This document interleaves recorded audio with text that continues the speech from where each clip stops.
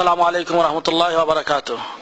সম্মানিত মুসলিম ভাই সকল, আমরা এখন উযু করার পদ্ধতি নিয়ে আলোচনা করব। উযু করার প্রথমে নিয়াত অন্তরে করবেন, মুখে নয়।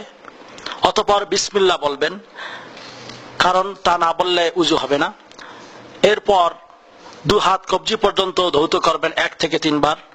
অতঃপর আঙ্গুল দিয়ে আঙ্গুলের ফাঁকা জায়গাগুলি খেলাল করবেন।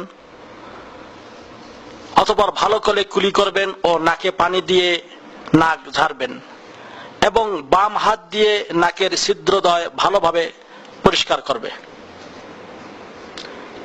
অতঃপর মুখমণ্ডল ধৌত করবেন 1 থেকে 3 বার। মুখমণ্ডলের সীমানা হলো মাথার কপালের চুল গজানোর জায়গা থেকে থুতনির বা দাড়ির নিচ পর্যন্ত এবং 2 কানের মধ্যবর্তী স্থানসমূহ। সাথে সাথে দাড়িও খেলাল করবেন। এরপর উভয় হাত কনুই পর্যন্ত 3 বার ধৌত করবেন। প্রথমে ডান হাতের আঙ্গুলের অগ্রভাগ থেকে শুরু করে কনুই পর্যন্ত ধৌত করবে।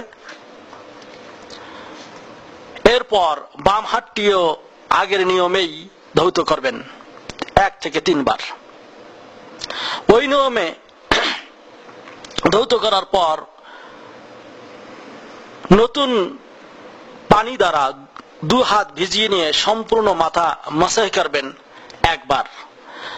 মাথা মাসাহ করার নিয়ম হলো মাথার সম্মুখ দিক থেকে নিয়ে পেছন পর্যন্ত মাসাহ করবে এবং পেছন থেকে সামনে পুনরায় মাসাহ করা অবস্থায় হাত দুটি ওই স্থানে ফিরিয়ে নিয়ে আসবে যেখান থেকে আপনি মাসাহ করা শুরু করেছেন।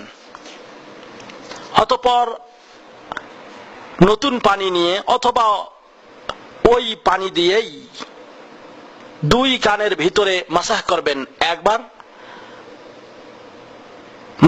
2 কান মাসাহের সময় 2 হাতের তর্জনী আঙ্গুল উভয় কানের ছিদ্রে প্রবেশ করিয়ে 2 কানের ভিতরের অংশ এবং বৃদ্ধাঙ্গুলি দিয়ে 2 কানের বাহিরের অংশ মাসাহ করবে 1 বার।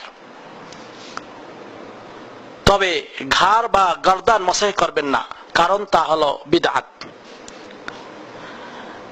কেননা সহিহ হাদিসের কোনো প্রমাণ নাই। সর্বশেষে উভয় পা টাকনু সহ 3 বার ধৌত করবেন। প্রথমে ডান পা এবং পরে বাম পা টাকনু সহ ধৌত করবেন 1 থেকে 3 বার করে এবং হাতের আঙ্গুল দ্বারা পায়ের আঙ্গুলের ফাঁকা জায়গাগুলি ভালো করে খেলাল করবেন। অতঃপর উযু শেষে হাতে একটু পানি নিয়ে নিজের লজ্জাস্থানে বরাবর তা একটু ছিটিয়ে দেবেন। এরপর এই দোয়াটি পাঠ করবেন, আশহাদু আল্লা ইলাহা ইল্লাল্লাহ ওয়াহদাহু লা শারীকা লাহ ওয়া আশহাদু আন্না মুহাম্মাদান আবদুহু ওয়া রাসূলুহু আল্লাহুম্মা জাআলনি মিনাত তাওয়াবিন ওয়াজআলনি মিনাল মুতাতাহহিরিন।